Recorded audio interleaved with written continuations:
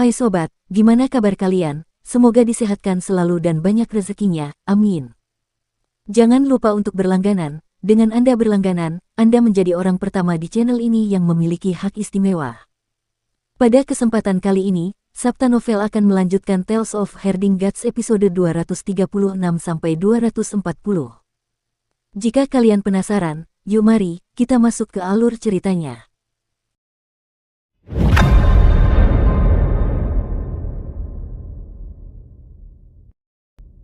Ekspresi Daois Lingjing berubah drastis, dan dia terus bergerak mundur. Raja Iblis Dutian dan Naga Kilin juga dipaksa mundur oleh aura Kinmu. Bahkan ketika mereka berada ribuan meter jauhnya darinya, mereka masih tidak bisa mendapatkan pijakan yang stabil. Sementara itu, di bawah kaki Kinmu, wajah penjaga bulan telah tenggelam ke dalam kapal bulan karena tekanan dari kakinya. Awalnya, dia masih tergantung pada seutas benang, tetapi ketika dia diinjak, dia menyatu sepenuhnya dengan kapal bulan, menjadi bagian darinya dan mati. Penjaga bulan yang lama telah meninggal. Pendeta Lingjing terguncang. Kematian penjaga bulan tua tidak membuatnya khawatir karena orang ini gila, tetapi pertumbuhan tubuh Kinmu menarik semua perhatiannya. Pemuda itu benar-benar telah menembus belenggu alam kehidupan orang mati. Saat memasuki alam kehidupan orang mati, bahkan eksistensi seperti Taois Lingjing akan terkelupas darah dan dagingnya, yang tersisa hanyalah kerangka berjalan. Ketika Kinmu masuk ke sini bersamanya, yang tertinggal hanyalah tulang belulangnya. Hal yang sama berlaku untuk Naga Kilin, sedangkan Raja Iblis Dutian tidak mengalami perubahan apapun hanya karena ia tidak memiliki daging atau tulang. Dan kemudian, bukan hanya daging Kinmu yang kembali, tubuhnya juga menjadi semakin besar, seolah-olah dia adalah dewa surgawi dengan cahaya ilahi di sekelilingnya. Dia menggantikan pelindung bulan terakhir dari penggembala bulan untuk menjadi pelindung bulan yang baru. Kekuatan yang dikuasainya saat itu terlalu kuat, sehingga menerobos batasan alam kehidupan orang mati, yang menyebabkan mereka tidak dapat berbuat apa-apa. Ini adalah sesuatu yang hampir mustahil. Daois Lingjing telah datang ke kapal bulan ini berkali-kali dan memeriksa semuanya di sini berkali-kali. Dia telah menyentuh pilar-pilar itu berkali-kali, tetapi dia belum pernah mengalami transformasi yang begitu menakjubkan seperti Kinmu. Ia mengira hanya penggembala bulan yang memiliki kemampuan ini dan tidak semuanya. Hanya mereka yang memiliki konstitusi khusus. Tubuh manusia bagaikan tungku peleburan besar. Seorang penggembala bulan biasa seharusnya tidak mampu menahan energi mengerikan dari kapal bulan, jadi hanya mereka yang memiliki konstitusi khusus yang dapat menerima sejumlah besar energi tersebut. Para penggembala bulan seharusnya sudah dibasmi, dengan tetua di kapal ini menjadi yang terakhir dari mereka. Namun, dia sekarang juga telah tenggelam ke dalam kapal bulan dan kehilangan nyawanya. Agar Kinmu mampu mengendalikan kapal bulan dan energinya, mungkinkah dia seorang penggembala bulan, dan salah satu yang memiliki konstitusi istimewa di antara kaumnya? Akan tetapi, Kinmu bukanlah seorang penggembala bulan. Memegang pilar-pilar besar dianggap sebagai tindakan yang sangat berbahaya bagi orang lain, bahkan jika mereka adalah penggembala bulan. Namun, sangat aman baginya untuk melakukannya. Seolah-olah tubuhnya secara alami dapat menahan energi ini dan secara otomatis merekonstruksi tubuh dan jiwanya untuk mengatasinya. Energi yang luar biasa. Kinmu terkejut sekaligus gembira. Energi dalam tubuhnya telah mencapai tingkat yang tak terbayangkan, yang membuatnya merasa bahwa kekuatannya sebelumnya seperti setetes air di depan lautan. Itu sama sekali tidak berarti. Sekarang, hanya dengan mengangkat tangan, ia merasa mampu mengubah lanskap, mengubah dan bahkan mengendalikan aturan-aturan dunia. Cincin-cincin cahaya bulan menutupi sekeliling Kinmu. Cincin-cincin itu tampak mengalir turun dari atas kepalanya seperti air yang mengalir, turun ke telapak kakinya sebelum menghilang ke dalam kapal bulan. Kakinya sudah mulai tenggelam ke dalam, menyatu dengan kapal. Ini adalah serangan balik Munsip. Kinmu pernah melihat serangan balik semacam ini pada tubuh penjaga matahari dari kapal matahari. Pelindung matahari adalah penggembala matahari Yan Jingjing. Karena matahari kapal matahari telah padam, ia harus menahan serangan balik kapal matahari dengan membakar hidupnya untuk mengendalikan dan menerima energinya yang sangat besar. Semakin lama ia mengendalikan kapal matahari, semakin cepat hidupnya terkuras habis. Bulan yang pecah di atas kapal bulan juga padam dan tidak ada cahaya yang terpancar darinya. Bagi Kinmu, mengendalikan kapal dan meminjam energinya, harganya adalah nyawanya sendiri. Dia harus bergerak cepat dan menggunakan kekuatan serta kecepatan Munsip untuk menyelami kegelapan lebih dalam untuk menemukan Carefree Village, kepala desa, dan penduduk desa lainnya. Jika tidak, harga yang harus dibayar akan menjadi terlalu besar jika dia ingin membebaskan diri. Kakak senior Lingjing, terima kasih atas bantuanmu. Kinmu menatapnya dari atas dan berkata dengan suara menggelegar, tapi sekarang, aku harus menemukan kepala desa dan yang lainnya selagi kegelapan masih ada di sini, selamat tinggal. Taois Lingjing menekan keterkejutan di hatinya dan terbang dari kapal bulan dan melayang di udara. Taois itu kini telah menjadi tengkorak dan jubah Taois di tubuhnya juga telah compang-camping. Sambil mengangkat kepalanya, dia berkata, Tuan Sekte, tolong. Ledakan. Kapal bulan yang sangat besar itu melangkah. Di bawah badan kapal itu terdapat bentuk kodok berkaki 3 yang dibentuk oleh pegunungan yang megah. Dengan satu langkah, mereka dapat menempuh jarak 10 mil. Dengan beberapa langkah, kapal bulan berjalan keluar dari gerbang Fengdu dengan rantainya menyeret bulan hitam pecah yang masih berada di udara keluar dari alam kehidupan orang mati. Sementara itu, di Fengdu, para praktisi yang kuat semuanya terbang keluar untuk melihat jejak kapal bulan yang tertinggal di kejauhan. Para praktisi kuat Fengdu ini tidak mengejar. Ketika kapal bulan memasuki Fengdu di masa lalu, Yama dari Fengdu belum menerima pelindung bulan, ia hanya membiarkan kapal bulan tinggal di tanah kosong di luar kota. Sekarang kapal bulan sudah pergi, Yama dari Fengdu tidak peduli lagi dengan hal itu. Seorang mutan berkepala burung dan bertubuh manusia datang sambil mengepakkan sayap dan memanggil Taois Lingjing. Taois Lingjing, Yama ingin bertemu denganmu. Taois Lingjing segera mengikutinya ke Fengdu dan berjalan ke Aula Yamaraja. Pada saat ini, puluhan ribu meter cahaya bersinar dari tubuh Kinmu, yang membuatnya tampak seperti dewa surgawi yang diciptakan dari bulan. Dia mengendalikan kapal besar itu untuk berjalan keluar dari alam kehidupan orang mati, menyeberangi lautan kabut, dan memasuki reruntuhan besar yang diselimuti kegelapan. Dia bisa merasakan energi tak terbatas di tubuhnya, dan setiap harta karun ilahi di tubuhnya terbuka. Tidak peduli apakah itu embrio roh, 5 elemen, 6 arah, 7 bintang, makhluk surgawi, hidup dan mati atau jembatan ilahi, mereka semua dipenuhi dengan energi yang mengerikan, dan masih ada lebih banyak energi yang mengalir masuk. Di dalam kapal bulan terdapat formasi yang sangat rumit, dan ketika telapak tangannya menyentuh pilar besar itu, formasi itu pun aktif. Energi tak terbatas mengalir ke dalam dirinya untuk merekonstruksi tubuhnya, jiwanya, embrio rohnya, dan memungkinkan wilayahnya melampaui jembatan ilahi, mencapai wilayah yang tak terbayangkan. Alam para dewa surgawi. Sulit untuk membayangkan alam macam apa yang dapat dijangkau energi ini jika ini adalah kapal yang lengkap. Desa bebas, kepala desa, aku datang. Saat kapal bulan yang besar bergerak maju menembus kegelapan, pemandangan di sekitarnya melintas seperti lampu yang berkedip-kedip dan bayangan yang lewat. Liontin giok di leher Kinmu juga menjadi besar dan melayang di malam hari untuk menunjuk ke suatu tempat yang jauh di dalam kegelapan. Tiba-tiba liontin giok ini terlepas dari lehernya dan terbang ke kejauhan. Kinmu mengendalikan kapal bulan untuk meningkatkan kecepatannya agar tidak kehilangan liontin giok yang terbang cepat di tengah kegelapan. Saat kapal bergerak lebih cepat, ruang dipadatkan, yang menyebabkan guntur dan kilat terjadi pada saat yang sama, terus-menerus menghancurkan kegelapan. Di atas kapal bulan, ada batu-batu besar yang jatuh terus-menerus dari bulan yang pecah. Saat batu-batu itu melesat di langit, mereka meninggalkan jejak api saat turun ke dalam kegelapan reruntuhan besar. Kemanapun Munsip melangkah, meteor-meteor jatuh di belakangnya. Hal ini menyebabkan sekeliling Munsip dipenuhi api dan asap yang menyengat mata. Di dek kapal bulan, ada banyak istana yang tak terhitung jumlahnya. Disinilah para penggembala bulan tinggal, tetapi setelah pertempuran hebat, semuanya telah musnah.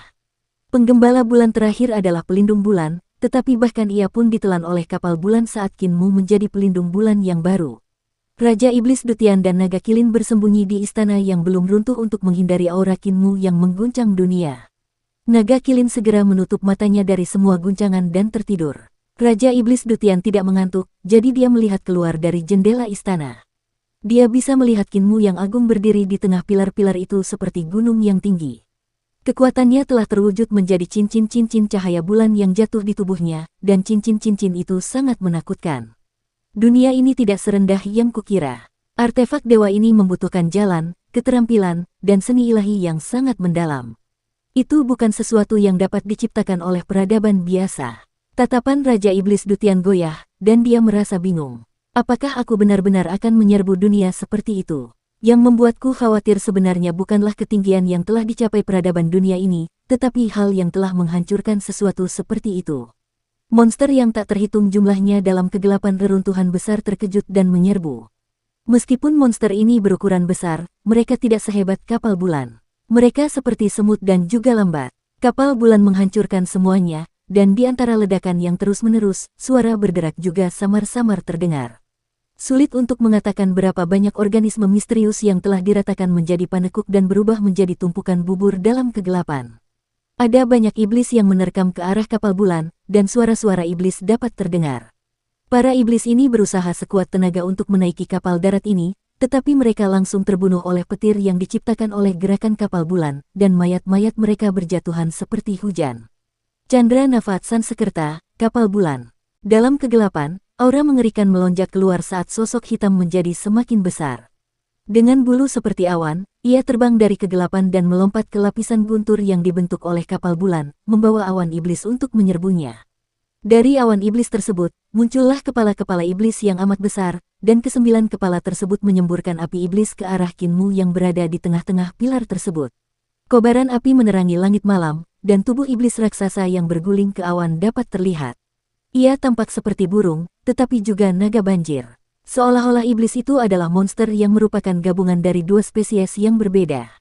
Garuda, Raja Iblis Dutian berteriak dengan heran. Cahaya bulan menyelimuti tubuh Kinmu, menghalangi api iblis. Tiba-tiba, sebuah bulan sabit terbuka di tengah alisnya dan perlahan berubah menjadi bulan purnama seperti pintu yang terbuka. Tak lama kemudian, bulan purnama muncul di tengah alisnya. Ini bukan bulan purnama sungguhan, melainkan mata yang memancarkan cahaya yang mirip dengan cahaya bulan. Bangku gereja, cahaya seputih salju melintas di cakrawala dan membelah kegelapan. Cahaya itu menembus api iblis yang memenuhi langit, dan kepala-kepala iblis mulai berjatuhan dari udara. Ada tepat 9 kepala, tidak lebih dan tidak kurang, sementara di belakang mereka ada leher-leher yang menggeliat seperti naga dan menyemburkan darah. Bulan purnama di dahi Kinmu perlahan menutup dan berubah menjadi bulan sabit lagi, lalu menghilang juga. Raja Iblis Dutian menutup mulutnya dan tidak mengatakan sepatah kata pun. Setelah bocah ini melepaskanku, aku pasti tidak akan menyerang dunia yang bengkok ini. Kapal bulan terus melaju ke depan sementara para iblis terus menyerbu ke arahnya. Tiba-tiba, terdengar jeritan dari kegelapan, dan para iblis yang tak terhitung jumlahnya tiba-tiba mundur, menghilang ke dalam kegelapan. Liontin Giok Kinmu yang mengambang di depan kapal tampak sangat kecil, seakan-akan itu adalah setitik debu. Tiba-tiba, liontin itu berdenting seakan-akan bertabrakan dengan penghalang tak berbentuk. Seolah-olah itu adalah air danau yang membentang vertikal dari surga ke bumi, riak-riak mulai bergelombang lembut di penghalang. Mereka menyebar dengan liontin Giok di tengahnya, tumbuh semakin besar. Sementara itu, di tengah riak-riak itu, dunia lain secara bertahap menunjukkan puncak kemegahannya. Ini adalah desa bebas. Kinmu berdiri di atas kapal bulan yang megah dengan kedua tangannya terentang untuk memegang pilar-pilar. Ia bagaikan raksasa yang sedang dihukum saat melihat dunia yang muncul di depannya. Di belakangnya, bulan yang pecah melayang di langit sementara meteor jatuh dari waktu ke waktu. Saat meteor-meteor itu jatuh di sekitar kapal bulan, kegelapan yang tak tertandingi pun menyala. Di balik cahaya itu, para setan sedang kacau. Mereka sibuk dengan aktivitas dan membuat keributan. Namun, di depan kapal, ada tanah suci yang belum pernah dimasuki kegelapan. Tanah itu terpisah dari dunia luar, tenang, misterius, dan penuh dengan hal-hal yang tidak diketahui. Sulit membayangkan ada tempat yang begitu tenang di Great Ruins. Di depan Kinmu terdapat hutan yang luas dan pegunungan yang tak berujung. Namun, di tempat yang lebih jauh, tanah tiba-tiba terpotong seolah-olah telah dikosongkan oleh seseorang. Dengan laut dan awan yang memisahkan mereka, ada sebuah kota yang berdiri tegak di udara. Itu seperti tempat tinggal para dewa. Langit dipenuhi awan keemasan dan cahaya, sementara istana-istana menjulang tinggi di langit yang berawan. Melayang tinggi di atas awan adalah rangkaian puncak gunung yang tak terputus yang memperlihatkan puncak-puncak keemasannya yang cemerlang. Di kedalaman awan, patung-patung dewa yang megah berdiri bagaikan seorang kaisar yang melindungi wilayahnya. Sebuah mesin raksasa melayang 3000 yard jauhnya dari langit, beroperasi dengan tenang. Formasi yang tak terhitung jumlahnya tercetak ke dalam struktur besi dan emas yang misterius, membentuk mesin berskala besar yang sangat rumit. Energi yang dihasilkannya terwujud menjadi jejak cahaya yang mengalir yang menghubungkan kota dan langit. Namun, segalanya sudah hancur. Kinmu tercengang. Di depannya adalah desa Carefree yang hancur. Satu-satunya kota langit yang mempesona sekarang menjadi reruntuhan. Istana-istana yang menjulang tinggi di awan penuh dengan lubang dan rangkaian puncak yang tak terputus yang mengambang di langit telah hancur dan hancur. Batu-batu pecah dari segala bentuk dan ukuran mengapung di lautan awan sementara patung-patung dewa yang agung berdiri miring, kehilangan anggota badan di sana-sini. Di tengah matahari di langit terdapat sebuah titik hitam besar yang telah menelan lebih dari separuh matahari. Hanya tersisa lingkaran emas di sekelilingnya, yang tampak seperti lingkaran emas. Kota di atas awan telah hancur, dan mesin-mesin besar yang berdiri tegak di langit juga hancur. Komponen-komponennya yang hancur melayang dengan tenang. Hanya beberapa mesin besar yang masih beroperasi, menjaga penghalang Carefree Village. Tidak jauh dari kapal bulan, ada papan bertuliskan horizontal yang ditusukkan secara diagonal ke dalam hutan. Di atas prasasti bertuliskan yang terlalu besar itu, tertulis dua kata. Katanya, Xiao Pal. Papan yang bertuliskan horizontal itu rusak. Rasa duka tiba-tiba menyerbu Kinmu, dan tumbuh tak terkendali hingga memenuhi seluruh hatinya. Tidak ada lagi Carefree Village di dunia ini. Tidak ada tempat untuk bersenang-senang lagi. Raksasa yang berdiri di kapal bulan dan memegang pilar-pilar itu tampak sedang menanggung hukuman surga saat ia menundukkan kepalanya. Dia berlutut, dan air matanya menetes setetes demi setetes ke lantai yang padat. Rumah yang ia dambakan telah hancur, dan tidak ada yang tersisa lagi. Ia telah lama mencari, berkhayal tentang rumahnya dalam mimpi, tentang keluarganya, tentang tetangga, dan tentang teman-temannya, tetapi semuanya tiba-tiba hancur berkeping-keping dengan munculnya dunia di depannya. Dunia itu bagaikan gambar yang dibuat di atas pasir, lenyap diterpa angin. Tak ada lagi rumah, tak ada lagi ibu yang menanti putranya, tak ada lagi ayah yang galak, semua yang ia impikan kini tak ada lagi. Ia terbangun dari mimpinya. Ia masih seorang yatim piatu yang diadopsi oleh banyak orang tua, lemah, sakit, dan lanjut usia.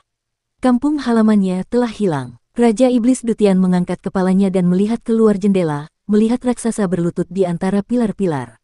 Raksasa yang diselimuti cahaya bulan yang samar itu menundukkan wajahnya, sehingga yang terlihat hanyalah bahunya yang bergetar. Pada saat ini, Raja Iblis Dutian dapat membayangkan dengan jelas penderitaan pemuda itu. Ketika dunia Dutiannya dihancurkan, dia merasakan kesedihan yang sama. Dia tidak bisa dihibur dan tidak bisa menahan emosinya. Saat dia menangis, dia menyalahkan dunia, dan dengan amarahnya yang meluap, dia bertarung dengan para pembawa pesan kematian dari Yudu, mencoba menyelamatkan nyawa anggota klannya. Ia telah berkali-kali jatuh, tubuhnya hancur bersama jiwanya. Akhirnya, ia menyerahkan dirinya pada takdir. Dalam diri Kinmu, dia melihat dirinya di masa lalu, dirinya di masa mudanya, dirinya yang akan dipukul jatuh dan menyerah pada takdir. Ketika hidup lemah dan arah tujuan hilang, datang dan pergi bagaikan orang gila. Saat bermain di lumpur, sulit untuk mengetahui kilau mutiara. Berapa banyak cobaan dan berapa banyak kesulitan, berapa banyak kehancuran yang harus dialami seseorang untuk sementara waktu kembali ke rasa takut. Di mana rumah? Di mana rumahku? Kinmu perlahan mengangkat kepalanya dengan tatapan dingin. Matanya seperti kilau terang yang dipancarkan bulan. Ketika dia menutup matanya, cahaya itu menghilang, tetapi ketika dia membukanya kembali, mereka seperti dua bulan yang terang. Saat ia berdiri di kapal bulan, emosinya naik turun karena banyak sekali pikiran yang berkecamuk dalam benaknya. Ia tidak dapat tenang untuk waktu yang lama. Saya tidak datang ke sini untuk mencari Carefree Village, tetapi untuk mencari kepala desa, nenek, dan yang lainnya. Mereka adalah keluarga saya dan Disablet Elderly Village adalah kampung halaman saya, itulah Carefree Village di hati saya. Kinmu menenangkan diri dan melihat sekeliling. Tiba-tiba, dia melihat beberapa patung batu ditempatkan di perbatasan penghalang. Bahkan makhluk dari alam dewa akan kesulitan untuk berjalan melalui kegelapan reruntuhan besar kecuali mereka membawa patung dewa. Namun, patung dewa sangat padat dan bahkan makhluk tingkat Master Kultus akan kesulitan untuk membawanya. Mereka tidak akan dapat melakukan perjalanan jauh dengan patung-patung itu. Patung-patung batu di tepian pasti telah diangkut ke sini dengan menggunakan kekuatan magis yang besar untuk memaksa kegelapan kembali. Setelah memasuki desa Carefree, patung-patung batu tersebut tidak berguna lagi dan ditinggalkan begitu saja. Hati Kinmu tergerak, kepala desa bisa saja membawa apoteker untuk berjalan dalam kegelapan dan menghadapi segala macam keanehan, sedangkan si bisu seharusnya punya cara sendiri untuk menghadapi kegelapan. Sedangkan untuk Oldma, Cripple, Bacer, dan Blind, mereka membutuhkan patung-patung batu agar bisa bergerak dalam kegelapan. Tubuh Oldma, Cripple, dan Bacer sudah pulih, sehingga mereka bisa berjalan lebih jauh sambil membawa patung dewa. Tidak seorang pun tahu sejauh mana kemampuan Tuli, tetapi bahkan hantu dan dewa pun tidak berani meragukan kehebatan keterampilan melukisnya. Pengajar Kekaisaran Perdamaian Abadi adalah pengagum beratnya yang merasa terhormat mengoleksi lukisannya. Sedangkan yang menjadi kekhawatiran nenek, Master Sekte Li Tianxing sebelumnya tersembunyi di dalam tubuhnya, jadi dia seharusnya bisa membawa patung dewa itu juga. Patung-patung ini seharusnya ditinggalkan oleh penduduk desa. Kalau begitu, mereka pasti sudah menemukan jalan ke sini. Mungkinkah mereka memasuki tempat ini dan terjebak? Itulah sebabnya mereka tidak bisa kembali ke desa untuk merayakan tahun baru. Qin Mu membuka matanya dan melihat sekeliling. Energi yang kuat mengalir ke matanya, dan dia mengeksekusi keterampilan kebangkitan mata 9 surga yang diajarkan Blaine kepadanya secara maksimal. Aku di sini, kepala desa, nenek, aku akan membawa kalian kembali untuk tahun baru. Dia tidak langsung masuk ke Carefree Village tapi terlebih dahulu memeriksanya dari luar. Kepala desa dan yang lainnya sangat kuat, jadi jika mereka benar-benar memasuki desa bebas, tempat itu tidak akan tampak setenang sekarang. Pasti ada banyak bahaya di dalam sana, karena itulah mereka terjebak. Bahkan kapal bulan tidak dapat menjamin keselamatan Qin Mu. Pandangannya tertuju pada hutan di depan desa Carefree dan melihat jejak yang ditinggalkan oleh kepala desa dan yang lainnya. Seni ilahi dari praktisi hebat seperti kepala desa dan bisu akan menyebabkan kerusakan yang mencengangkan di sekitarnya. Namun, hal ini tidak terjadi di hutan. Meskipun ada jejak pertempuran di sana, kerusakannya tidak terlalu parah. Tatapan Qin Mu mengikuti jejak tersebut dan melihat beberapa reruntuhan di hutan. Jalan yang diambil kepala desa dan yang lainnya mengikuti jejak tersebut. Alasan mengapa jalan itu berada di sepanjang reruntuhan ini adalah karena ini merupakan satu-satunya jalan, satu-satunya cara aman untuk memasuki desa Carefree. Selain jalur ini, semua tempat lainnya dilarang. Qin Mu melihat dengan mata Dewa 9 Surga dan melihat sinar cahaya redup yang sangat berbahaya di hutan. Namun, dia tidak dapat melihat apa saja batasannya. Pembatasan ini sangat berbahaya, jadi jalan sepanjang reruntuhan jauh lebih aman dibandingkan dengan yang lain. Qin Mu terus menatap tajam ke depan. Pada saat ini, dia melihat beberapa helai cahaya terang muncul dari reruntuhan yang berjarak sekitar 300 mil darinya, tetapi tidak jauh dari ujung hutan. Energi vital Qin Mu meledak, dan dia mencabut liontin giok dari penghalang. Mengaktifkan Moonsip, dia melangkah maju dan memasuki penghalang. Getaran lembut datang padanya, dan dia merasa seperti telah menyeberang ke dunia lain. Kegelapan yang menyelimuti reruntuhan besar langsung menghilang di belakangnya, dan ketika dia menoleh untuk melihat ke belakang, dia tidak dapat melihat apapun. Pada saat ini, dia tiba-tiba mendengar tawa aneh. Setan yang tak terhitung jumlahnya yang telah memeluk tubuh Moonsip melompat dari kapal dan menyerbu ke dalam hutan seperti banjir. Dewa Iblis yang memiliki 2 kepala dan 5 ekor terbang ke udara. Dia juga memiliki 8 kaki panjang yang memiliki telapak tangan sebagai pengganti kaki yang dia gunakan untuk berlari di udara sambil berteriak dengan keras, fadah bahasa Sanskerta, bunuh. Raja Iblis Dutian terkejut. Dia sama sekali tidak menyangka akan ada begitu banyak iblis yang diam-diam bersembunyi di kapal dalam kegelapan. Dewa Iblis menoleh ke belakang dan terkekeh pada Qin Mu yang berada di atas kapal. Sungguh beruntung menemukan sesuatu yang telah dicari di mana-mana. Kami sudah lama ingin memasuki desa Carefree, jadi kami harus berterima kasih padamu karena telah membawa kami ke sini. Dewa Iblis ini tidak lain adalah dewa yang pernah bertemu dengan Qin Mu dan kepala desa di alam orang mati. Dewa Iblis inilah yang telah memancing Qin Mu keluar ke dalam kegelapan setelah ia bertemu dengan kapal matahari di kota naga perbatasan untuk menculiknya. Jelaslah bahwa Dewa Iblis ini telah lama bersembunyi di kapal bulan untuk menunggu kesempatan. Dia tampaknya tahu bahwa Qin Mu pasti akan kembali ke alam orang mati suatu hari nanti dan meminjam kapal bulan untuk kembali ke desa bebas. Dan sekarang, dia akhirnya berhasil. Anak-anakku, rebutlah sisa tanah suci. Mulai hari ini, dunia ini akan menjadi milik kita. Teriak Dewa Iblis itu dan membawa para iblis yang ada di mana-mana untuk menyerbu ke ujung hutan lainnya. Qin Mu tidak berekspresi saat menatap para setan surgawi ini. Tiba-tiba, denyut samar datang dari hutan dan daging serta tulang puluhan ribu iblis surgawi yang telah menyerbu ke depan meleleh. Hanya kulit mereka yang tersisa, tetapi ketika hembusan angin bertiup, bahkan kulit mereka berubah menjadi abu dan berhamburan. Dewa Iblis yang telah melesat ke langit di atas hutan langsung melesat keluar. Parami, pusaran air besar muncul dan menghisapnya. Qin Mu pernah melihat metode ini sebelumnya. Saat bertarung melawan kepala desa, Dewa Iblis itu telah menciptakan ruang yang mengarah ke tepi seberang dan menarik kepala desa ke dalamnya, mencoba menjebaknya di sana. Dia tidak pernah menyangka akan jatuh ke dalamnya juga. Sekarang dia telah mengeksekusi metode ini bukan untuk menjebak siapapun, melainkan untuk menghindari bahaya di hutan dengan bersembunyi di tepi seberang. Tepat pada saat itu, sebuah bola api muncul dari hutan, dan seberkas sinar melesat keluar darinya menuju kedalaman angkasa. Di langit, jejak darah segar mengalir keluar, dan mayat Dewa Iblis itu tampak jatuh. Begitu menabrak hutan, mayat itu berubah menjadi abu. Di kapal bulan, Raja Iblis Dutian terdiam karena takut, darahnya membeku. Dunia sialan ini, tidak bisakah begitu berbahaya? Cahaya bulan putih bersih di mata Qin Mu melayang seperti kabut, dan suara menggelegar terdengar saat dia bergumam pada dirinya sendiri, kematianmu telah menegaskan dugaanku. Area terlarang ini bukan untuk bertahan melawan invasi musuh, tetapi untuk mencegah orang-orang dari desa Carefree keluar. Itu ditinggalkan oleh keberadaan yang menghancurkan reruntuhan besar. Raja Iblis Dutian mendengar perkataan Qin Mu dan sedikit tertegun, lalu langsung mengerti apa yang dia katakan. Daerah terlarang di hutan ini bukan dimaksudkan untuk mempertahankan diri dari serbuan musuh, tetapi untuk mencegah penduduk desa Carefree keluar. Jika tujuannya adalah untuk mempertahankan diri dari musuh luar, maka hanya orang-orang yang menerobos masuk saja yang akan diserang oleh area terlarang tersebut. Sedangkan di sini, tidak peduli apakah orang mencoba masuk atau keluar, mereka semua akan menerima pemusnahan yang kejam. Reruntuhan di samping seharusnya merupakan jalan yang dibuka secara paksa oleh penduduk desa Carefree untuk melarikan diri dari desa Carefree, bukan jalan yang terbentuk secara alami. Untuk memahami situasi dari petunjuk sekecil apapun, orang biasa tidak akan pernah menyadari hal ini. Orang-orang yang mengajari bocah nakal ini jelas-jelas penjahat yang sangat licik.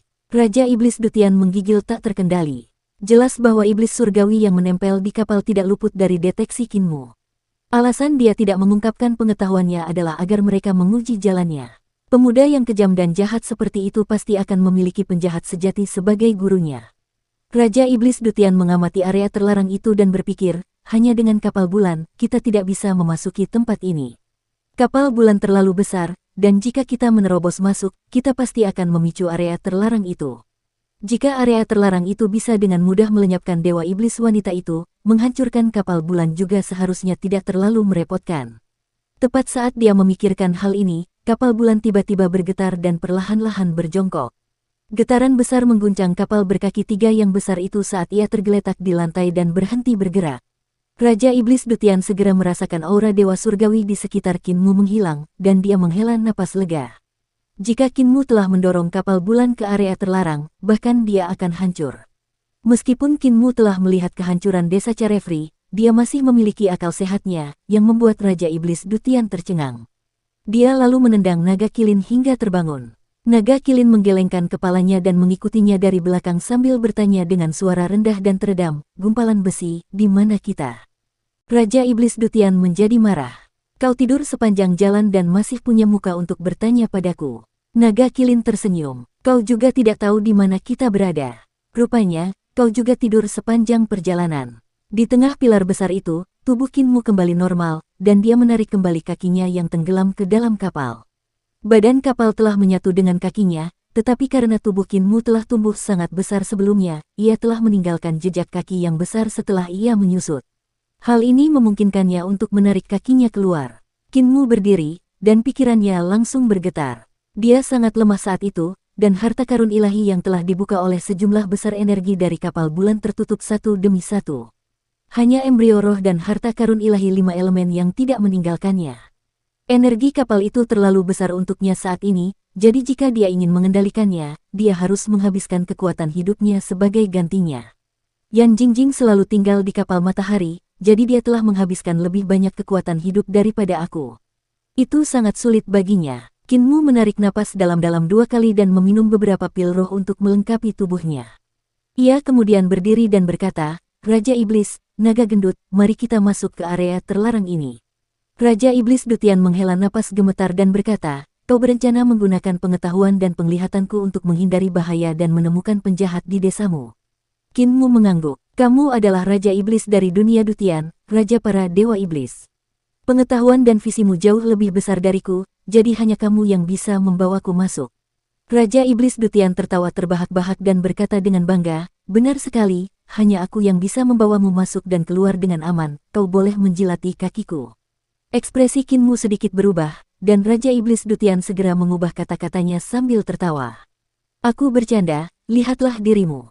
Aku bisa membawamu masuk dan keluar, tetapi kamu harus melepaskanku seperti yang kamu janjikan. Kamu setuju? Qin Mu tersenyum. Jangan khawatir, aku pasti tidak akan menelan kata-kataku. Aku bisa menandatangani fakta hitungan bumi denganmu. Raja Iblis Dutian menggelengkan kepalanya. Tidak perlu, jika kita menandatangani fakta hitungan bumi, aku tidak akan mempercayaimu lagi. Kau pasti akan menggali lubang untukku. Qin Mu tertawa kasar dan berpikir dalam hati, Raja Iblis Dutian benar-benar mengenalku dengan baik. Hanya dengan janji lisan, aku merasa malu untuk menipunya. Kakek cacat benar, aku masih terlalu baik. Dia melompat ke punggung naga kilin dan Raja Iblis Dutian juga naik. Awan api tumbuh di bawah kaki naga kilin, dan perlahan-lahan turun ke tanah. Segera, mereka mencapai tepi area terlarang. Raja Iblis Dutian sangat gugup dan meludahkan beberapa gigi dari mulutnya. Meskipun ada jalan yang aman di sini, jalan aman ini dibuat dari dalam. Jika kita mengikutinya untuk keluar, tidak akan ada banyak bahaya, tetapi jika kita menggunakannya untuk masuk, kita akan menghadapi beberapa bahaya. Kamu harus tetap dekat denganku dan tidak mengambil jalan yang salah. Jika kamu memicu area terlarang, kita semua akan mati. Qin Mu segera bergerak maju dan membuka peti patung dewa untuk menyesuaikan roda gigi di sana. Menambahkan beberapa suku cadang lagi, ia mengingatkan, Raja Iblis, jangan mencoba melakukan trik apapun atau kau akan terjebak juga. Raja Iblis Dutian menjawab dengan suasana hati yang buruk, jangan khawatir, aku mengerti. Tetaplah dekat. Qin Mu mengikutinya, dan keempat wajah dan 12 mata Raja Iblis Dutian melihat sekeliling. Keempat mulutnya bergumam saat dia melihat bahaya di area terlarang dan melakukan perhitungannya. Dukung terus channel YouTube Sabta Novel. Qin Mu bahkan melihat Raja Iblis Dutian menggunakan ki iblisnya untuk menjalankan metode perhitungan ruang.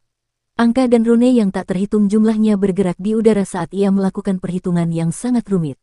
Raja Iblis, pencapaianmu dalam aljabar sangat tinggi, kata Qin Mu dengan heran.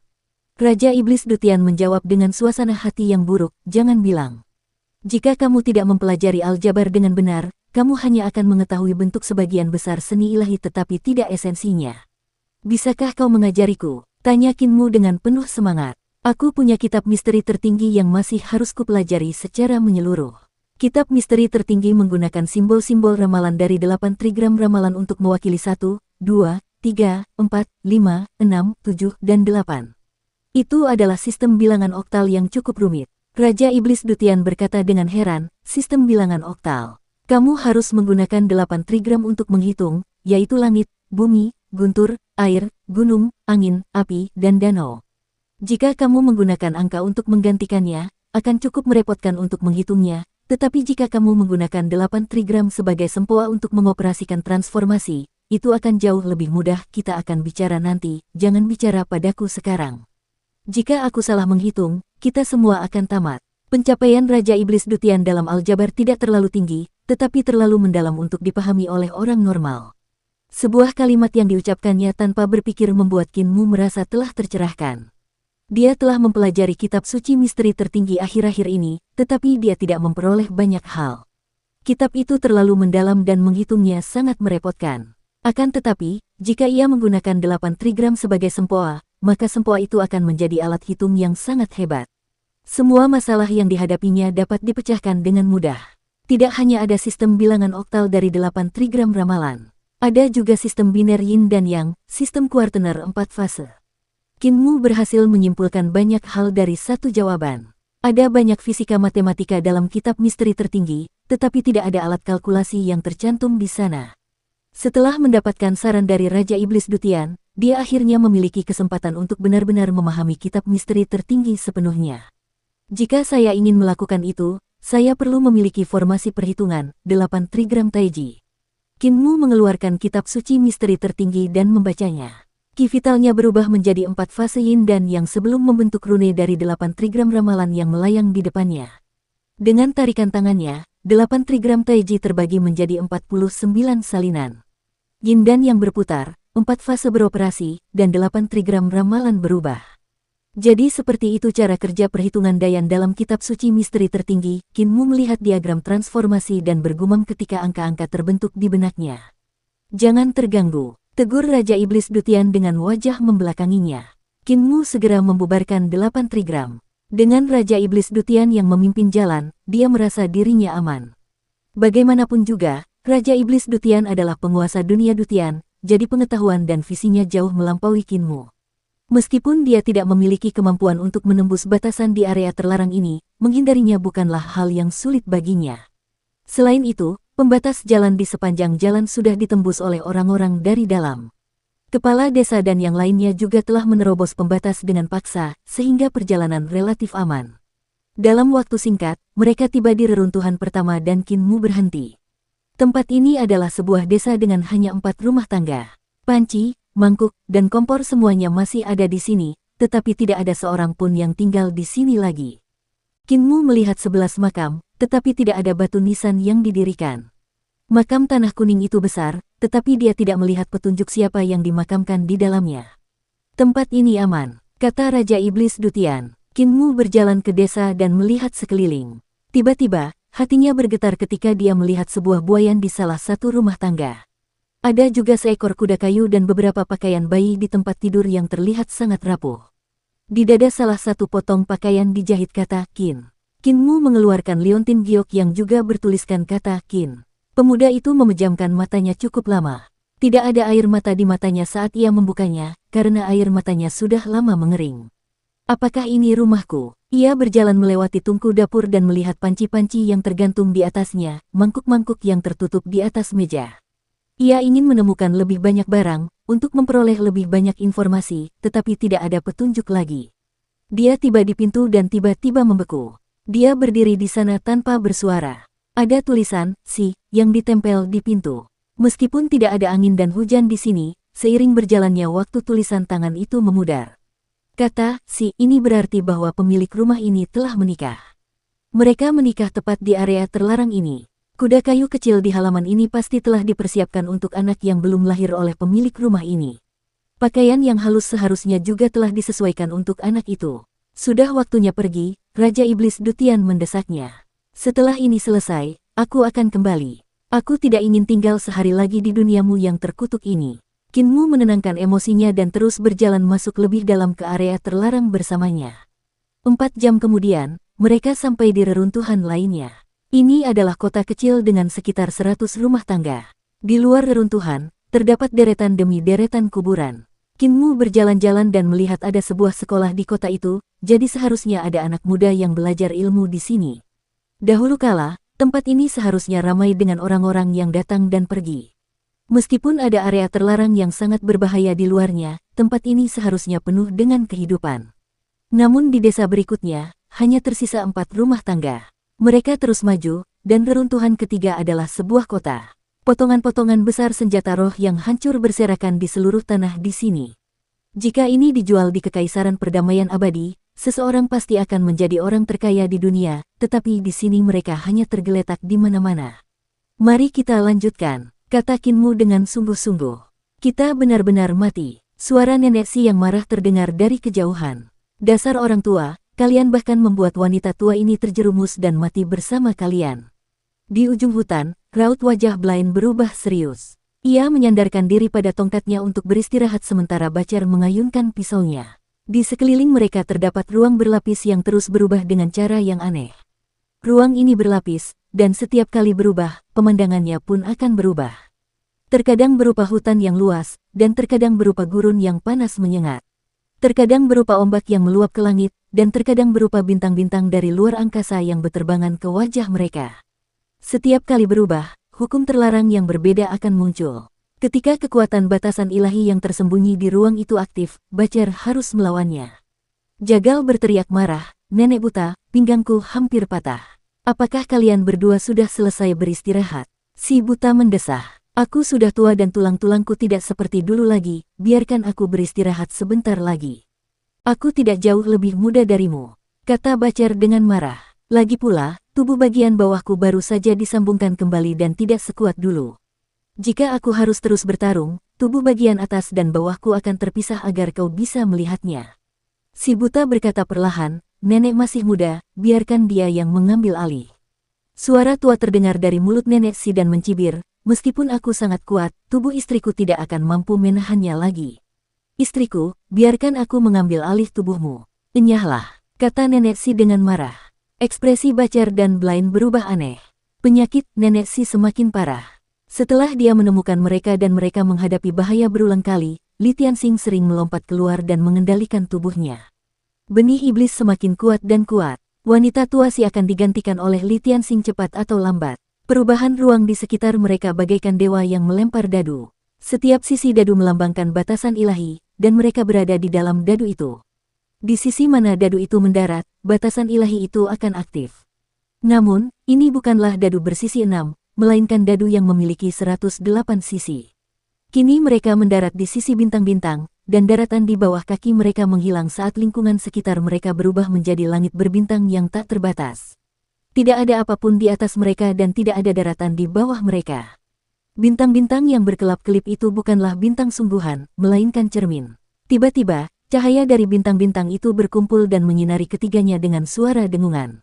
Bacer berteriak dan menebas cahaya suci yang menakutkan itu dengan Every Cloud has a silver lining.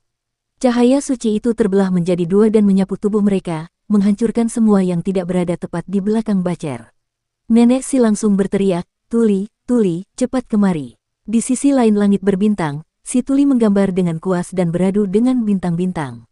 Si buta berkata, "Si Tuli tidak dapat mendengar suaramu." Sebelum dia sempat menyelesaikan ucapannya, si Tuli mencoba terbang. Tiba-tiba cahaya bintang mengenainya, dan dia terpental, menghilang entah kemana. "Tukang daging, istirahatlah sebentar, giliranku."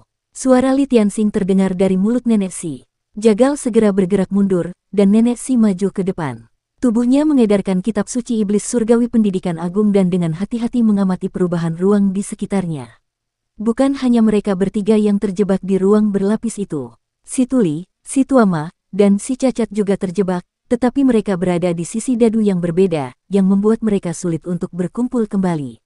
Ketika Nenek Si datang dan melihat si buta dan yang lainnya terperangkap di dalam, dia mencoba untuk mengurai batasan ini.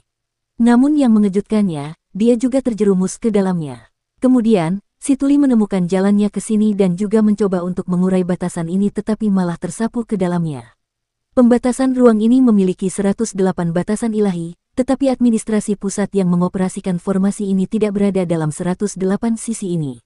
Si buta berdiri, dan mata pikiran dewanya setajam cermin saat dia melihat ke segala arah. Tubuh kita berada di dadu dewa. Si Tuama dan si Cacat berada di sisi lain, tetapi mereka terkadang masih mendarat di sisi yang sama. Si Tuli juga akan memasuki bidang ini sesekali, yang berarti bahwa pembatasan ruang telah beroperasi terlalu lama dan sudah ada sedikit penyimpangan dalam perhitungan matematisnya. Dia melakukan beberapa perhitungan mental, dan alisnya tiba-tiba terangkat. Dewa yang menetapkan batasan ruang ini hanya menghitung hingga pecahan desimal Sun-Si, dia tidak menghitung hingga desimal terkecil. Setelah batasan ilahi ini berlaku selama beberapa waktu, batasan itu akan runtuh dengan sendirinya. Saat itu, batasan ruang telah berubah menjadi gunung berapi yang api ilahinya seperti naga. Dengan guntur dan kilat yang menggelegar, Nenek Si mencoba yang terbaik untuk melawan mereka saat Li Tianxing berbicara dengan mulutnya, berapa lama lagi sampai batasan ini runtuh dengan sendirinya. Si buta menghitung sejenak dan berkata, 24.000 tahun. "Diam kau, buta," teriak Jagal, yang tidak ingin dia lakukan apapun selain membelahnya menjadi dua dengan pisau. Pada saat ini, terdengar suara dari luar, "Nak, tetua kalian terjebak di dalam, ada 6 dari mereka." Karena keterbatasan ruang, semua orang merasa heran dan melihat keluar, tetapi tidak melihat apa-apa. Blind sangat gugup saat dia memerintahkan dengan tegas, "Muer, jangan masuk. Kamu tidak punya kekuatan untuk menahan batasan ilahi." Suara Kinmu datang dari luar, "Raja Iblis, apakah kamu punya cara untuk menyelamatkan mereka?" Pembatasan ruang ini menggunakan teknik rahasia matriks ruang untuk melapisi 109 ruang, memisahkannya menjadi 108 bagian. Mungkin terlihat seperti ada 108, tetapi sebenarnya ada 109. Suara itu kemudian melanjutkan, "Namun, dewa yang meletakkan teknik rahasia matriks luar angkasa ini seharusnya mengambil jalan pintas dan tidak menghitung hingga desimal terkecil yang mungkin, itulah sebabnya beberapa kekurangan tertinggal. Teknik rahasia ini akan secara otomatis runtuh setelah beroperasi selama 24.000 tahun, tetapi jika seseorang berhasil menemukan ruang ke-109, seharusnya tidak sulit untuk menyelesaikannya. Beri saya waktu sebentar untuk menghitung." Dalam keterbatasan ruang, Nenek Si, Jagal, dan yang lainnya saling memandang. Orang di samping Kinmu sungguh luar biasa, mampu melihat keajaiban keterbatasan ini hanya dengan sekali lihat. Dia jauh lebih dapat diandalkan daripada si buta. Setelah beberapa saat, suara itu berbicara lagi, "Apakah kau punya harta karun yang tidak kau gunakan? Sesuatu yang cukup padat sehingga aku bisa melemparkannya ke ruang ke-109. Jika benda padat memasuki tempat itu akan menjadi sesuatu seperti objek tambahan yang muncul di roda gigi yang sedang beroperasi, yang secara otomatis akan menyumbatnya. Formasi ini kemudian akan terpecahkan secara alami. Qin Mu kemudian berkata, saya mengambil ini di Istana Emas Roland, apakah ini berguna? Harta karun ini lumayan juga. Kamu beruntung sekali bisa mendapatkan harta karun seperti ini. Pantas saja aku tidak bisa menipumu. Keberuntunganmu luar biasa, jadi bukan aku yang tidak mampu. Tepat saat dia berkata demikian, Nenek Si dan yang lainnya melihat mutiara bercahaya terbang di depan mereka. Mutiara itu membesar dan membesar hingga tampak seperti ada gunung dan sungai di dalamnya. Seolah-olah ada dunia yang lengkap di dalam mutiara itu dengan jajaran gunung yang megah dan air terjun yang tak berujung. Mutiara bercahaya itu melesat melintasi cakrawala, berubah menjadi objek yang sangat besar. Langit yang melingkar itu memiliki gunung-gunung dan sungai-sungai yang menghilang pada saat berikutnya. Hati-hati, kalau pembatasnya dibuka, nanti agak kasar, suara di luar memperingatkan. Tepat saat dia selesai berbicara, getaran hebat tiba-tiba datang dari kedalaman angkasa. Lapisan angkasa runtuh satu demi satu, sementara tanah, air, api, dan angin mengalir deras dengan panik, menyapu semuanya. Kekuatan pembatasan ilahi di setiap lapisan angkasa retak, dan energi mengerikan menyembur ke segala arah. Orang-orang yang berada dalam pembatasan itu segera membangkitkan ki vital mereka untuk menjalankan metode pertahanan terkuat mereka guna melawan energi ganas ini. Beruntung bagi mereka, energi ini tidak diarahkan kepada mereka tetapi hanya dimuntahkan ke segala arah, jadi mereka masih bisa mengatasinya. Jika itu ditujukan kepada mereka, mereka pasti akan hancur berkeping-keping. Qin Mu berdiri di depan bagian hutan yang tiba-tiba berubah menjadi abu. Gelombang kejut yang bergejolak telah menyapu ke segala arah dan mengubah semua pohon menjadi bubuk halus. Buk, buk, buk, buk. 4 sosok muncul entah dari mana dan menghantam tanah dengan keras, menciptakan lubang di bawah mereka. Qin Mu menggelengkan kepalanya. Sudah sangat tua, tetapi tidak bisa menghindarkan orang dari rasa khawatir. Si cacat, minggir. Suara tuli terdengar dari atas saat tetua ini jatuh terbalik dari langit. Di bawahnya, si cacat mendengus saat tuli menabraknya. Di udara, aura Buddha bersinar terang saat Buddha raksasa turun. Mata air emas mengalir keluar dari tanah dan bunga teratai mekar di dalamnya. Buddha raksasa itu meletakkan kakinya ke bawah dan melangkah ke atas bunga teratai. Teratai dan mata air emas menghilang, dan sang Buddha agung menghilang, berubah menjadi seorang tetua berpakaian hijau. Dia tidak lain adalah Matua dan meskipun pakaiannya sedikit compang-camping, dia dalam kondisi yang jauh lebih baik daripada yang lainnya. Semua orang bangkit dan saling memandang, mereka benar-benar selamat dan keluar dari tempat itu. Meskipun mereka semua menderita luka berat, tidak ada yang meninggal. Semua orang mendongak dan melihat Qin Mu berdiri di kejauhan. Pemuda dari desa lansia cacat terus menggelengkan kepala karena jijik melihat mereka semakin tidak bisa diandalkan seiring bertambahnya usia. Di depan Qin Mu berdiri sebongkah besi yang gagah. Dengan 8 lengan di pinggangnya, dia seperti lentera dan memiliki ekspresi yang mengharapkan mereka untuk menyembahnya.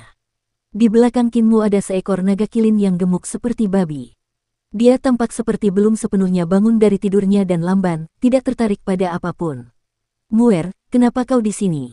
Nenek Si tercengang dan maju untuk mengamati Qin Mu. Setelah memeriksanya, dia menggerutu, beraninya kau menerobos ke tempat berbahaya seperti ini. Kau terlalu berani, apakah kau terluka? Nenek, menjauhlah darinya. Blind mendekat, sedikit gugup saat melihat Qin Mu. Nenek Si agak tidak mampu mengendalikan benih iblis di hati daunnya. Dia terkadang laki-laki dan terkadang perempuan, dan kita tidak tahu kapan dia akan diambil alih oleh Li Tianxing. Hati-hati dia akan menyentuhmu. Suara tua terdengar dari mulut Nenek Si yang dipenuhi dengan sifat jahat. Jangan khawatir, dia adalah pemimpin sekte saat ini dari sekte suci kita. Sebagai pemimpin sekte sebelumnya, tentu saja aku tidak akan menyentuhnya. Suara tua terdengar dari mulut Nenek Si yang dipenuhi dengan sifat jahat. Jangan khawatir, dia adalah pemimpin sekte saat ini dari sekte suci kita. Sebagai pemimpin sekte sebelumnya, tentu saja aku tidak akan menyentuhnya. Tiba-tiba, suara Nenek Si berubah menjadi perempuan lagi. Li Tianxing, kembalilah. Kripel melangkah maju dan mengamati Raja Iblis Dutian yang memiliki 8 lengan di pinggangnya. Muer, gumpalan besimu sungguh berguna. Siapa namanya? Kata Matua, Raja Iblis Dutian. Bacar maju untuk melihat dan bertanya dengan curiga, di mana kau mendapatkannya? Terakhir kali aku melihatmu, kau tidak punya orang besi ini. Dia masih cukup berguna. Jelek sekali, kata Div. Raja Iblis Dutian menjadi marah dan ingin meledak, tetapi Kinmu dengan cepat menyela, "Ini adalah Raja Iblis Dutian, penguasa tertinggi dunia Dutian yang telah aku undang untuk menyelamatkan kalian semua. Dia memiliki pencapaian yang sangat tinggi dalam batasan ilahi sehingga dia pasti dapat membawa kita ke tempat yang aman." Raja Iblis Dutian langsung menjadi senang. Bocah ini masih tahu apa yang harus dikatakan, meskipun niatnya agak buruk, metodenya agak kejam, hatinya agak terlalu berhati-hati. "Di mana kepala desa?" tanya Kinmu. "Selain kakek apoteker dan kakek bisu, apakah mereka sudah sampai di sini?" Blaine menggelengkan kepalanya. "Penglihatanku baik-baik saja dan aku melihat jejak apotekari dan village chief, tapi aku tidak melihat Mute." Orang-orang lainnya mengangguk tanpa suara. Nenek Si berkata, "Apoteker dan kepala desa seharusnya tidak menghadapi masalah karena mereka bersama, ada juga patriark dan tetua disiplin bersama mereka. Namun, kita belum melihat si bisu dan orang ini tidak pernah mengatakan sepatah kata pun. Apapun yang akan dia lakukan, dia tidak akan membaginya dengan kita. Jika dia sendirian, kurasa dia akan merasa sulit untuk bertahan. Muer, tempat ini sangat berbahaya namun kamu masih harus menemukan jalan ke sini, kamu sudah mengalami kesulitan." Kinmu langsung marah. "Kalian semua malah pergi tanpa pulang ke rumah untuk merayakan tahun baru. Kalau kalian tersesat, apa yang bisa kulakukan selain datang dan mencari kalian? Raja Iblis, kau harus memimpin jalan. Dan kalian semua, berhentilah berkeliaran." NN. Sekelompok orang tua itu mengangguk dengan tergesa-gesa. Raja Iblis Dutian mengangkat kepalanya tinggi-tinggi saat ia membawa para tetua yang tua, lemah, sakit dan cacat dari desa lansia cacat ke depan. Di desa ini banyak orang yang sehat jasmani, mengapa disebut desa lansia cacat? Pikirnya dalam hati. Desa lansia cacat saat ini sudah tidak sesuai lagi dengan namanya. Bahkan di desa tersebut terdapat orang-orang muda seperti Nenek Si dan Kinmu, sehingga kata lansia sendiri perlu dibahas.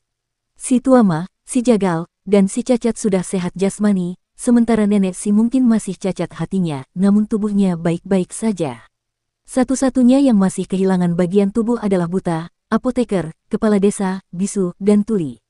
Namun, Raja Iblis Dutian tidak tahu bahwa bagi orang-orang di desa lansia cacat, cacat tubuh bukanlah cacat.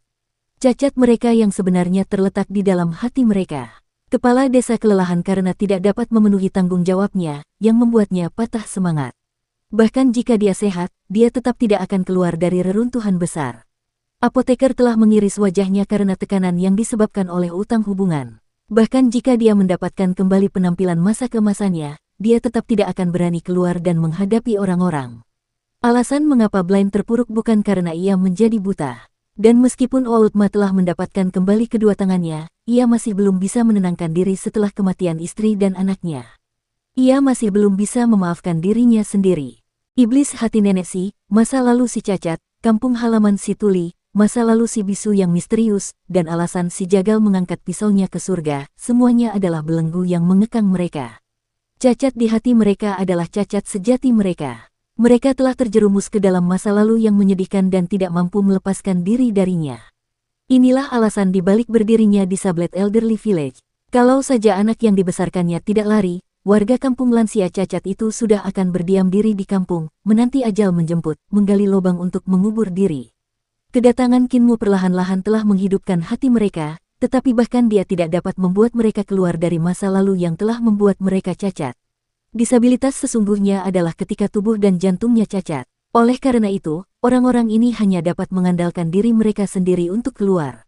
Raja Iblis Dutian benar-benar Raja Iblis dari dunia lain. Ia tahu begitu banyak hal sehingga bahkan Blaine pun tak henti-hentinya terkesan oleh pengetahuan dan detail konkretnya. Raja Iblis Dutian telah sepenuhnya meyakinkannya dengan pencapaiannya dalam aljabar. Mereka tiba di perbatasan hutan, yang berada di ujung. Hanya ada sekitar 2 mil lagi, tetapi Raja Iblis Dutian harus menghabiskan setengah hari hanya untuk menyeberangi 2 mil ini. "Sekarang malam tahun baru," kata Nenek Si tiba-tiba. Matua menggelengkan kepalanya. Tahun baru dianggap tahun baru kalau semua orang di desa sudah hadir. Suara si Jagal terdengar keras seperti lonceng. "Kita harus menemukan kepala desa, si bisu, dan apoteker, melihat mayat mereka. Bahkan jika mereka sudah mati, kita akan menyeret mereka kembali untuk tahun baru. Tak ada lagi jalan di depan mereka, yang ada hanya desa bebas yang runtuh. Tidak ada lagi daratan di ujung hutan ini, hanya ada potongan melintang yang bersih." Berdiri di tepi tebing, Kinmu melihat ke bawah dan melihat hutan lain.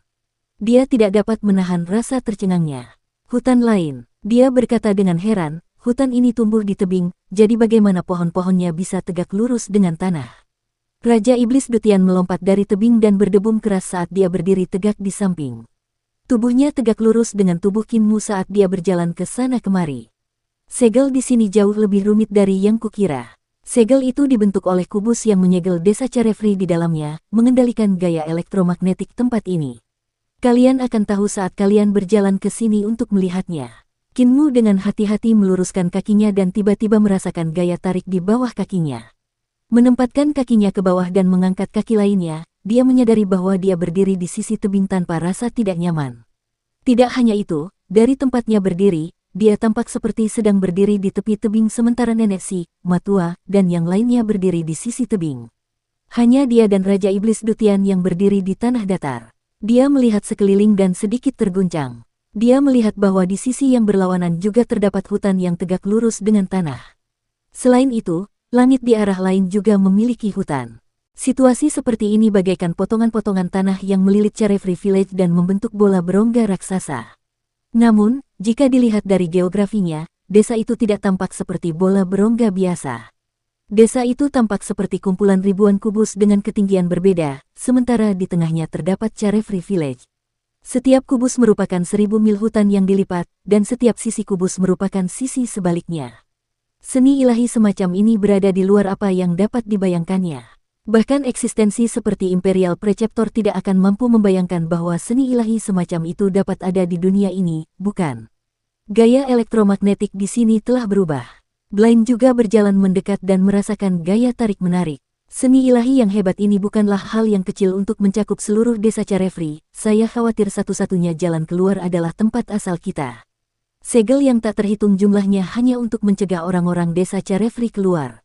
Nenek Si juga berjalan mendekat dan mengangkat kepalanya untuk melihat puing-puing desa Carefree yang mengambang tanpa suara. Mereka masih cukup jauh dari sana, dan dia berkata, kepala desa dan patriark memiliki kemampuan yang luar biasa, jadi mereka seharusnya masuk ke sana, kan? Raja Iblis Dutian mengangkat kepalanya dan berjalan kembali ke jalan yang mereka lalui sebelum menggelengkan kepalanya. Ada banyak batasan di langit, dan akan sulit untuk menghindarinya jika seseorang terbang di atasnya. Aku perlu menghitung sekitar 30-50 tahun untuk menemukan jalan yang paling aman. Jika tubuh asliku ada di sini, aku bisa melakukannya lebih cepat, tetapi itu masih akan memakan waktu 1 atau 2 tahun. Dewa yang meninggalkan segel ini terlalu kuat, bukan sesuatu yang bisa kalian tangani. Jika ada yang mencoba terbang ke desa Carefree, kemungkinan besar mereka sudah mati. Dia bergumam, seluruh reruntuhan besar adalah tanah terkutuk, dengan aturan aneh yang menyelimutinya. Sangat sulit untuk hidup di dunia seperti ini, jadi Master Sekte Qin, bahkan jika Anda mengundang saya ke dunia ini, saya tidak akan kembali lagi. Dunia ini terlalu kacau. Blaine bergumam, kepala desa pasti masih hidup. Orang tua itu tidak menganggap serius apapun, tetapi begitu dia menganggap serius sesuatu, dia pasti bisa melakukannya. Tunggu sebentar, tidakkah kalian pikir bentuk desa Carefree terlihat seperti kapal? Semua orang mengangkat kepala untuk melihat. Desa Carefree sangat besar, tetapi meskipun sudah hancur, mereka masih bisa melihat pemandangan yang megah dan indah seperti di masa lalu. Ada juga matahari yang hampir terbenam dalam kegelapan yang menggantung di kejauhan. Akan tetapi, jika mereka menyatukan puncak-puncak yang hancur, potongan-potongan mesin yang besar, dan kota yang hancur itu, bentuknya memang tampak seperti sebuah kapal yang besar dan megah yang tidak dapat dibayangkan. Sebagai perbandingannya, kapal matahari dan kapal bulan tidak ada apa-apanya. Carefree Village adalah sebuah kapal. Qin Mu merasa otaknya tidak sanggup menanganinya. Meskipun matahari di langit adalah buatan manusia, namun ukurannya sangat besar. Jika kota dan gunung digabungkan, ukurannya akan menjadi lebih besar dan melampaui ukuran matahari dan kapal bulan hingga 1000 kali lipat. Mungkinkah ada kapal sebesar itu di dunia ini? Pengamatan yang hebat, buta.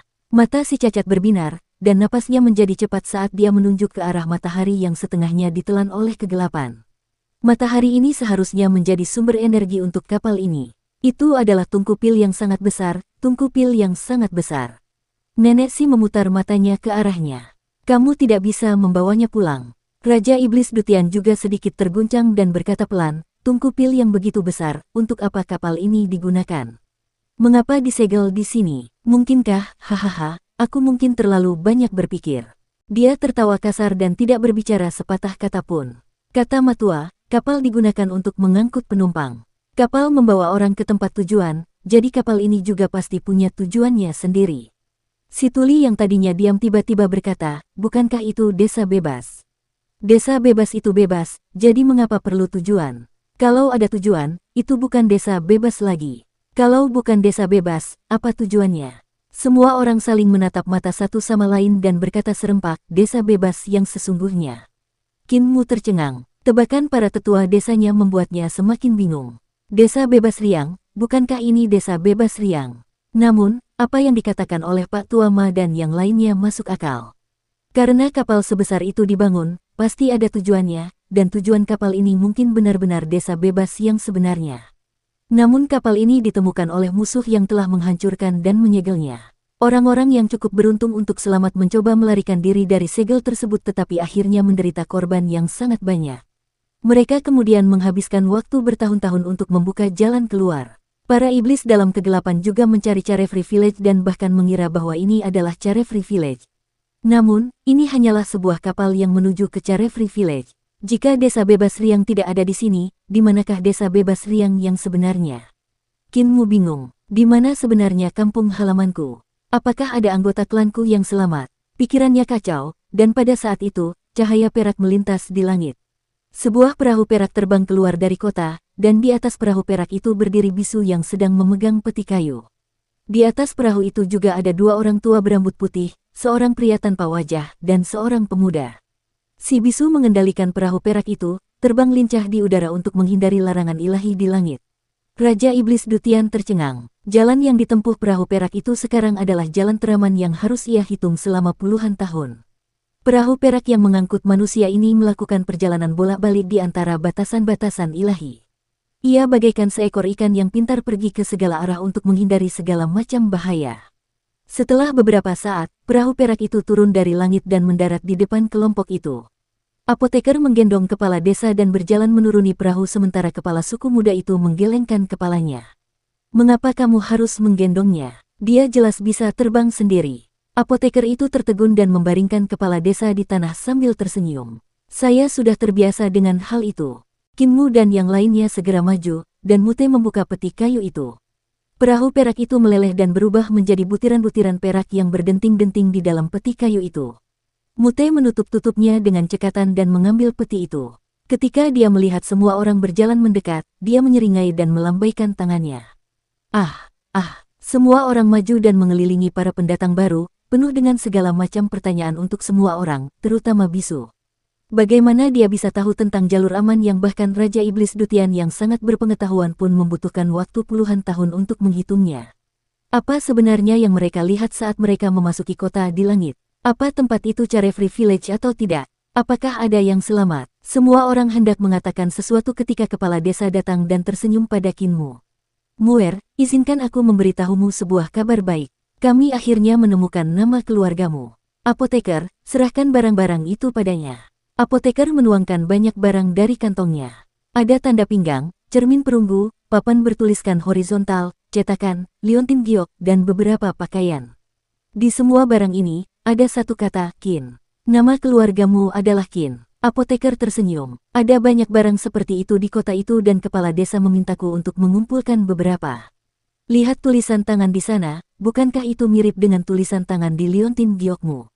Pikiran Kinmu menjadi kacau. Dia menoleh ke belakang ke desa kecil yang telah dilewatinya dalam perjalanan ke sini. Secercah harapan kembali menyala dalam hatinya. Kepala desa tampaknya tahu apa yang ada di pikirannya dan berkata, tempat itu mungkin atau mungkin bukan tempat kelahiranmu, dan keluarga itu mungkin atau mungkin bukan orang tuamu. Masih ada kemungkinan orang tuamu masih hidup.